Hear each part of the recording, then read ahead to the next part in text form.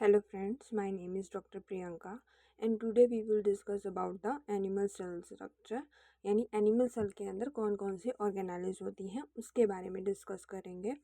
जो animal cells होते हैं, जो एनिमल्स होते हैं या प्लांट्स होते हैं, वो सब यूकैरियोट्स में आते हैं। तो ये यूकैरियोट्स की ऑर्गेनेली होती हैं। एनिमल्स में भी कुछ एनिमल और प्लांट में थोड़ा सा डिफरेंस रहता है ऑर्गेनेली का। तो आज जो हम डिस्कस कर रहे हैं वो एनिमल्स में कौन सी ऑर्गेनेली प्रेजेंट होती है उसके बारे में डिस्कस कर रहे हैं। सबसे पहले तो न्यूक्लियस होता है इसके अंदर। तो न्यूक्लियस होता है, ये मेन जो है जितनी भी सेल्स की एक्टिविटी है उसको कंट्रोल करता है। तो ये कंट्रोलिंग एलिमेंट होता है एनिमल सेल का। और इसके अंदर जेनेटिक मटेरियल होते हैं, यानी कि हेरिडिटरी इंफॉर्मेशन जो होती है वो होती है इसके अंदर। डीएनए होता है इसमें। नेक्स्ट जो है वो वैक्यूल होता है एनिमल सेल में। वैक्यूल का काम क्या होता है कि ये न्यूट्रिएंट को स्टोर करता है एंड वाटर को स्टोर करता है। साथ ही साथ में जो सेल का वेस्ट मिलता है उसको भी ये स्टोर करके रखता है।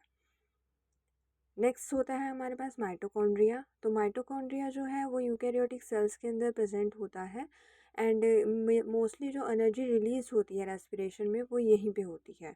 और इसे powerhouse of the cell भी बोलते हैं क्योंकि यहाँ पे एटीपी सिंथेसिस अकर होती है। तो इसीलिए ये एनर्जी प्रोवाइड करता है, इसीलिए इस ऑर्गेनेली को हम powerhouse of the cell भी बोलते हैं। जैसे फिगर में भी दिखा हुआ है ना, तो ये हमारा माइटोकॉन्ड्रिया होता है और ये डबल मेम्ब्रेन बाउंड ऑर्गेनेली होती है। नेक्स्ट हमारे पास आता है सेंट्रियोल्स।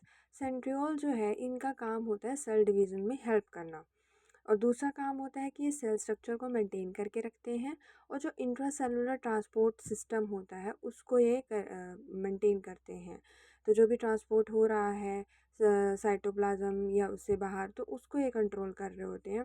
बंडल की फॉर्म में होते हैं ये, और 9+3 की इनकी अरेंजमेंट होती है। तो सेंट्रियोल्स का रोल जो है वो एनिमल सेल में ही होता है और वो भी सेल डिवीजन में होता है। नेक्स्ट आता है साइटोप्लाज्म। साइटोप्लाज्म वो होता है जहाँ पे मैनी जो है केमिकल रिएक्शंस अकर होती हैं।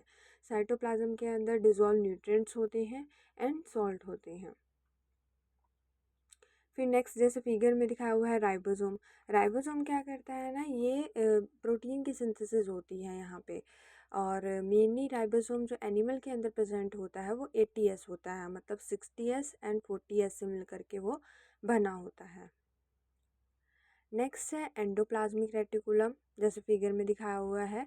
तो ये एंडोप्लाज्मिक रेटिकुलम भी एक नेटवर्क ही होता है और इसका मेन काम होता है कि ये प्रोटीन को ट्रांसपोर्ट करता है।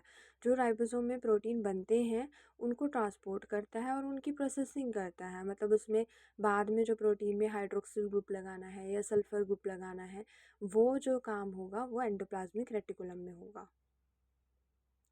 नेक्स्ट ऑर्गेनेली है लाइसोसोम। डाइजेस्टिव ऑर्गेनेली भी बोलते हैं इसको क्योंकि ये ज़्यादातर इसमें हाइड्रोलाइटिक एंजाइम होते हैं, एसिडिक पीएच होती है। तो जितने भी लार्ज मॉलिक्यूल्स हैं वो ये सब यहाँ पे डाइजेस्ट होते हैं यूजिंग एंजाइम, और ये एक की पार्ट होते हैं सेल के मेटाबॉलिज्म का।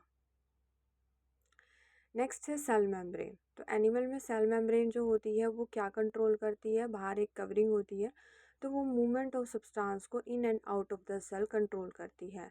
और ये किससे मिलकर बनी होती है, फोस्फोलिपिड से मिलकर बनी होती है। तो मतलब सेल मेम्ब्रेन का जो मेन रोल है वो यही है कि ट्रांसपोर्ट करना जो भी मटेरियल है उसको in and out of the cell.